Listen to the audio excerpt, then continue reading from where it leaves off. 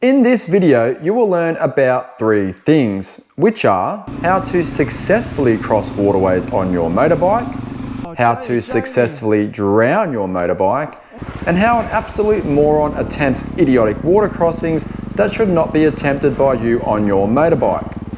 This video is educational, but is also being made by me sitting here with my moto vlogging helmet on so that I can do a dodgy voiceover whilst having a broken ankle.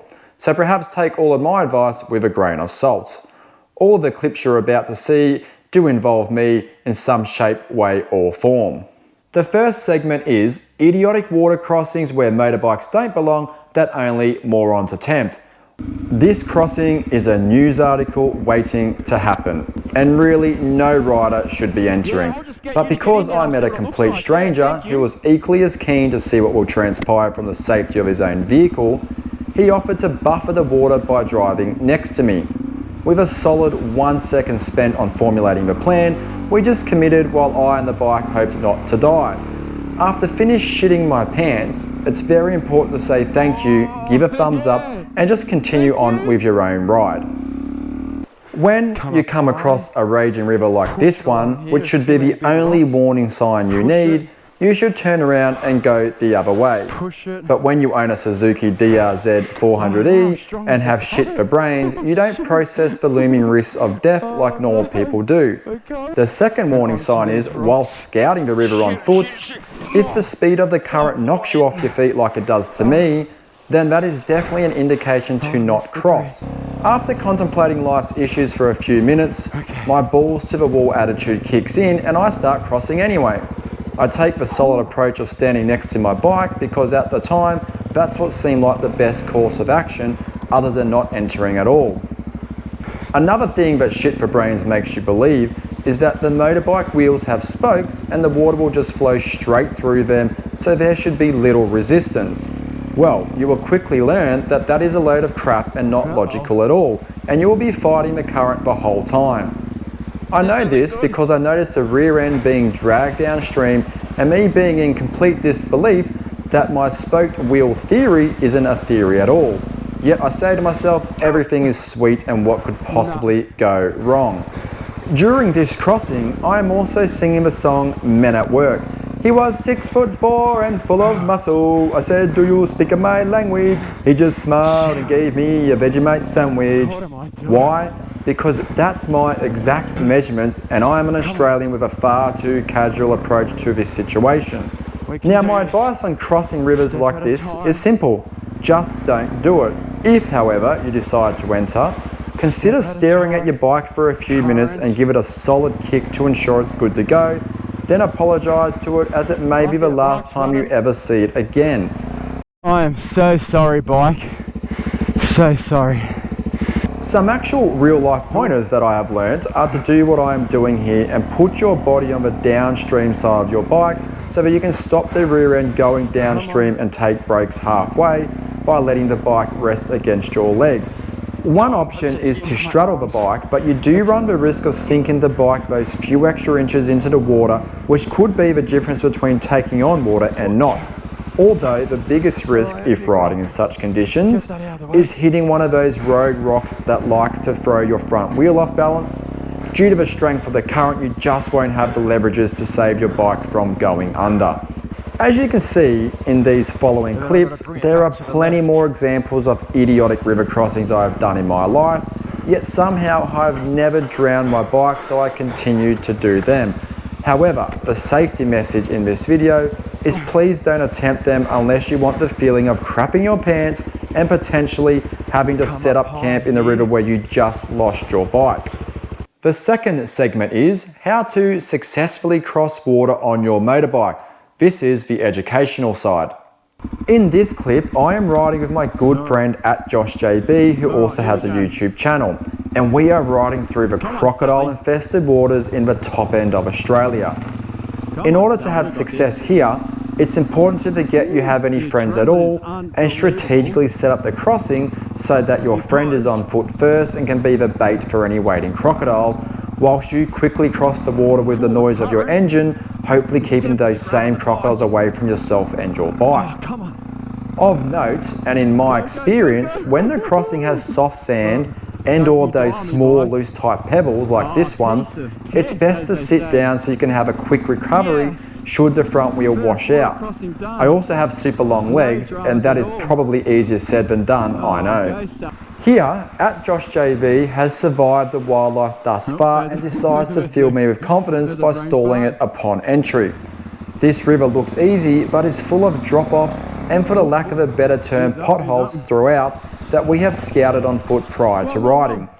Success in rivers like this one is greatly dependent on not just going in blind and having your riding buddy identify the potential issues as you ride. Teamwork is a wonderful thing, providing that you're still mates after each previous crossing. Although this crossing looks like it should be under the idiotic crossing section, it is in fact a success in the making that anybody could cross.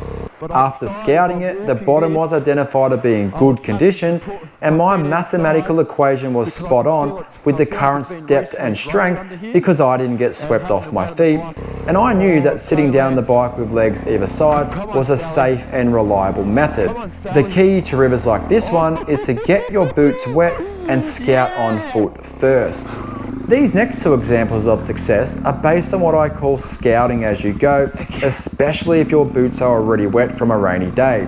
There is absolutely nothing wrong with placing your feet on rocks or the ground whilst you slowly proceed through, especially if the water is still and dirty. Stopping and starting can be your best friend if your goal is to cross without risk. Although you will get wet boots, this method allows you to proceed and continue with your ride without the risk of having to de-water one's bike. You may look like an amateur to outsiders and be called a pussy from other riders, but deep down you'll know you're the expert and have experience under your belt. When crossing rivers in a group setting, it's super important to offer encouragement and laugh at one another. Successful river crossings are generally much higher when you are not the lead rider. This is because it is much easier to follow the same route of the first rider should they get through, and or avoid their route altogether and laugh at them as you pass should they not get through. However, keep in mind the one disadvantage of not going first is that the water ahead of you will be dirty and or distorted from the lead rider, but that can also make it more exciting. Some pointers to remember is that standing is ultimately the best practice, as you can balance the bike much easier and get eyes on more obstacles ahead, providing you have the confidence to do so. I have mentioned that sitting at times is the safest option, which I still believe, but that doesn't necessarily make it easier or more efficient. It just allows for a quick save should something go wrong. On top of this, riding the clutch is advantageous as it limits the risk of stalling your bike mid-crossing, which can happen due to the water creating more resistance upon entry, and lowering your revs or hitting loose rocks can do the same. So riding the clutch is a good thing to remember as it keeps the bike under control and responsive. Also, try to avoid fully pulling your clutch in, as the turning engine's gyroscopic effect will help keep your bike upright and balanced. Trust me, it actually works. This next crossing, in my opinion, is left open to the rider's interpretation and risk versus reward. Don't ever be fooled by crystal clear water that is fairly still, as it will deceive your eyes into believing it is shallower than it actually is, and at times you could find yourself in very deep water. In this particular crossing, I am dealing with more than 100 meters of length, at times unexpected deep water, smooth rocks in all sizes that are covered in that green slimy algae, and drowning my bike leaves me with the impossible task of pushing my bike through all the above mentioned obstacles. Risk versus reward should be on your mind the whole time, and sitting for me is really the only option, and or standing next to my bike managing the throttle. Why risk drowning your bike and potentially ending your week-long trip on such a significant crossing with all these higher risk factors? For me, trip progression must be the #1 priority. When crossing tar or concrete-based water crossings, you would assume they would be the easiest of them all, and generally this is the case. Standing, looking far ahead, and managing the clutch are the keys to success. However, don't let complacency kick in, as these crossings can also be very slippery, and too much throttle or a poorly managed front wheel can strike disaster before you know it.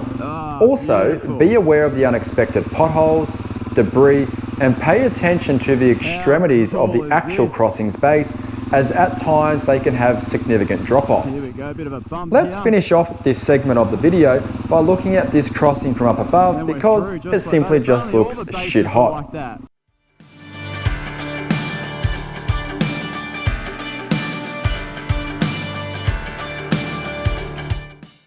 The third segment is how to not successfully cross water and instead drown your motorbike. Fortunately for me, the next few clips are not of my motorbike, but me filming other people drowning their motorbikes. In the next 4 clips, the errors that led to what you will see are as follows: not scouting a river on foot first that has a strong current and distorted clarity, having a hole in the airbox intake letting water in, entering a rutted, dirty bog hole during some flash flooding, and sorry to the KTM owners, but both bikes are KTMs. He's decided to just go first and not even walk it, but I reckon... Oh, Jamie! What are you doing? No!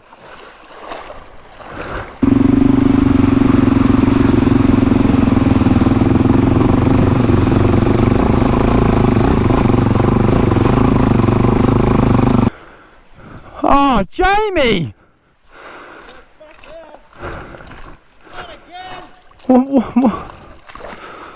Get out of there! Quick! Oh, what are you doing? Oh shit! We gotta get your bike out, bro! Oh shit! You gotta go left, we gotta get it left. You're in a row, I can feel it. Here is at Josh JB again, who is putting the DRZ 400E tractor reputation to the test, but fails miserably. Much to my delight, as it was extremely entertaining and identified a way in which I will not go. But we have both failed to check on Mother Nature and her ability to screw you over whenever she wants. We both keep trying to get forward momentum utilising all the standard methods of manual labour. Then at the last second, I see that a stick has lodged itself into the Krieger bag, stopping any progression. Lucky for us, Krieger bags are rock solid and absorbs the impact very well. The lesson here is always be aware of your surroundings and don't let tunnel vision take over. This could have been a lot worse, and I'm pretty confident that the stick sighting balanced out the fact that at Josh JB was my crocodile bait earlier in the piece. You're welcome, Josh. Now to have some laughs at the non-rider causing all the issues. Here I am confidently pointing out all the obstacles to avoid, not realising that Josh can't see shit from his angle and is likely getting ready to run me over.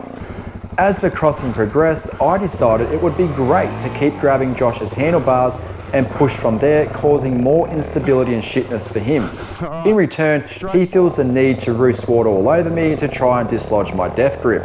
No doubt at the time I thought I was being of great assistance, but looking back I now think I was actually trying to push him over.